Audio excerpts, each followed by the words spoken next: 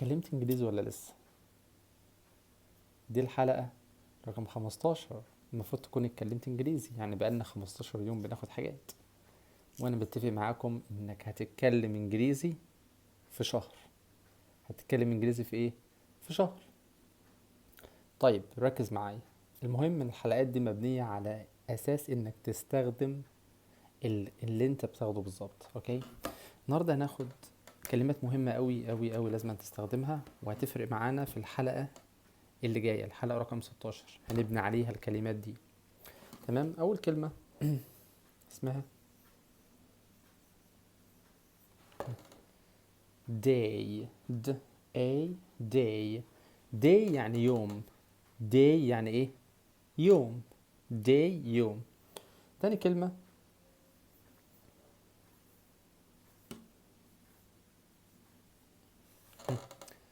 week. week. week يعني اسبوع. ها قول معايا day. day يوم. week. week اسبوع. اوكي. تالتة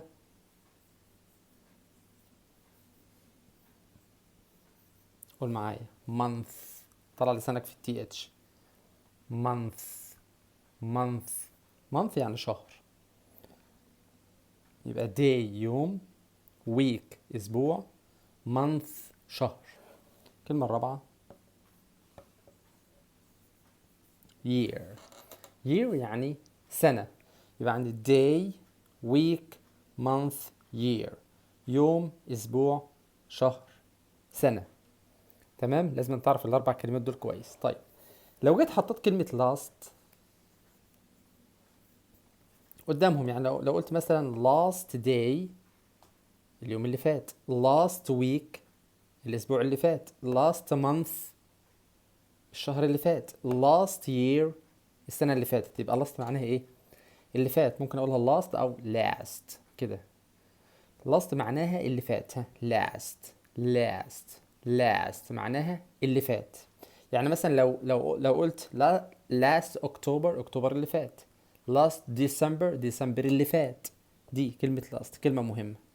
اوكي، يبقى نحفظ الكلمات ديت كويس جدا. طيب ناخد برضو كلمة day. لو حطيتها قدامها to كده، لو قلت today. today لو قلت كده today يعني النهاردة، اليوم. ها today اليوم. today اليوم. اوكي. طيب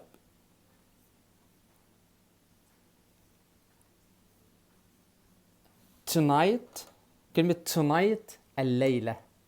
tonight ما تقولش tonight، خليها tonight. tonight الليلة. tonight الليلة. tonight الليلة. طيب الكلمة دي اسمها ايه؟ tomorrow. tomorrow معناها غدا، بكرة. tomorrow معناها غدا، بكرة. tomorrow. آخر كلمة هديها لكم النهاردة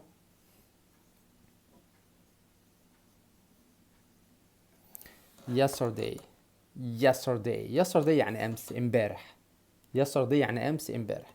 ركز لي في الكلمات دي كويس جدا عشان هنستخدمها وهنبني عليها الحلقة اللي جاية، اللي هي الحلقة رقم 16. تمام. يعني الحلقة رقم 15 هيكون مبني عليها الحلقة رقم 16 في الكلمات دي. اوكي، نعيدهم تاني بسرعة. day يوم، week اسبوع، month شهر، year سنة. كلمة last اللي فات، اي حاجة اللي فات. today اليوم، tonight الليلة، tomorrow غدا، yesterday امس. ذاكروا الكلمات دي كويس يا جماعة. اوكي، السلام عليكم ورحمة الله وبركاته.